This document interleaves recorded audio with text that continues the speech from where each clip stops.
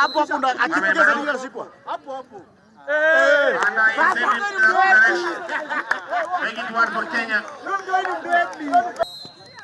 Although Bwana Mwakio, the motto for the Member of Parliament for Thika.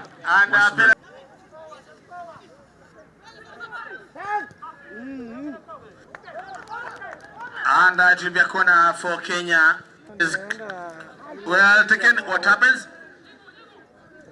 There's a play position. Takes a good one there, Bwana Mwakio. It's 2 for Uganda. Well, still nearly dear. And he's going to go for goal here. First goal right here. And he's a goalkeeper. I don't know how he missed it. Imekuwa safari ndefu, imekuwa intense kwa vijana. Ona opponents wako physical, wako na energy, wako na power. So it's a well fought game kwa vijana. Shukrani yangu ni kwao kwa venye wamejituma kwa hiyo game mpaka tukashinda hiyo game. Tumetengeneza chances za kuscore but strikers hawakuwa clinical enough.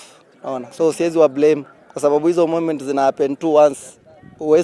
Execute ama ukose ndio moment za game. So no complaints, no hard feeling kwa players. Yangu ni kuwapatia tu pongezi.